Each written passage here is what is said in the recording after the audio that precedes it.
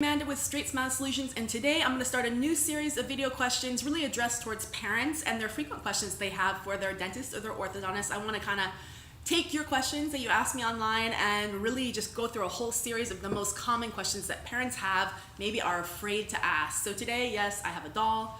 The question is, we're going to kind of be focusing on oral habits is what the plan is. So I want to give you some tips that I've always given my patients on how to eliminate oral habits safely and without hopefully a cost. Now, ideally, remember, this is not a substitute for medical advice. I am an orthodontist.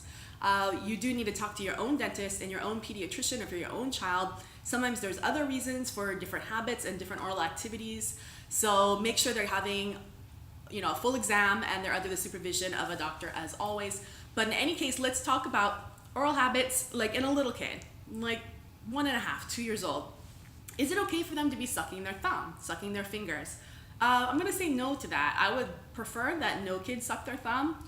It always leads to a sequelae of downhill events. So over time, their face, their mouth starts to reshapen, their bite starts to reshapen, it starts to go in the wrong direction, and permanent health habits can come from this. So this is just kind of one of my tips that you can start safely with little kids, even as young as 18 months or so, to try to eliminate that habit. First of all, you need to find out when is this habit occurring. Okay, so you need to be a little bit of a detective. You need to check out your kid, observe when the habit is occurring. Is it happening when they're sleeping? Is it happening when they're stressed out, when they're upset, when they're sad? Is it happening when they're bored? So you need to figure that out. From there, they're too little to reason with. An 18 months old, a two-year-old is too little to reason with. So you just need to take some proactive steps. Obviously, shaming, hot sauce, that bitter fingernail polish or anything like that is not the best way to go at that age. So one of the simplest and easiest steps you can do, and this is like my simulated child, is to go get a very large t-shirt. So obviously for a 2-year-old, maybe you're gonna get a t-shirt for like a 6, 7, 8-year-old, long sleeve shirt, really long, and then you're gonna go ahead and you're gonna tie knots in the end of the shirt, okay? Obviously this works a lot better in the winter time than the summertime, but you're gonna go ahead, you're gonna tie your knot in the end of the shirt like this and have the child sleep in it like a nightgown or a nightshirt, but with knots in the ends of the shirt, right? So when the child goes to suck their thumb, they get a knot, but it's painless. It's not uncomfortable. It doesn't really cost anything. You're talking about an $8 investment at most at Walmart. You can even use an older sibling or a parent's t-shirt.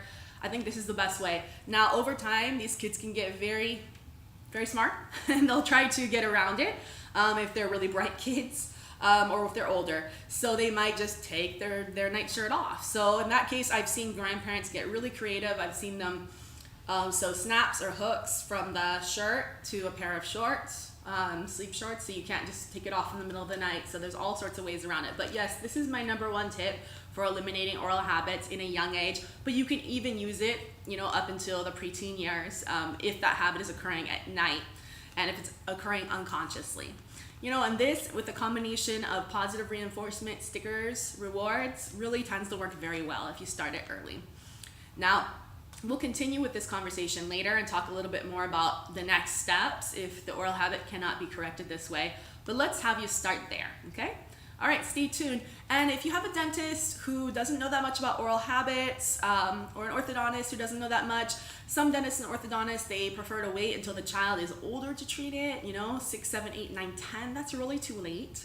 It really is, because already now there's permanent changes, deformations that are gonna happen to the bite that now have to be treated. There's an expense associated with that. There's discomfort, and chance of side effects. So make sure your dentist does visit my website at StraightSmileSolutions.com. There's tons of information in there. And every dentist is allowed to have, of course, a complimentary consultation, a coaching session about how to incorporate orthodontics into their practice successfully. And orthodontics includes oral habits. So make sure your dentist does log on to StraightSmileSolutions.com and connect with our team.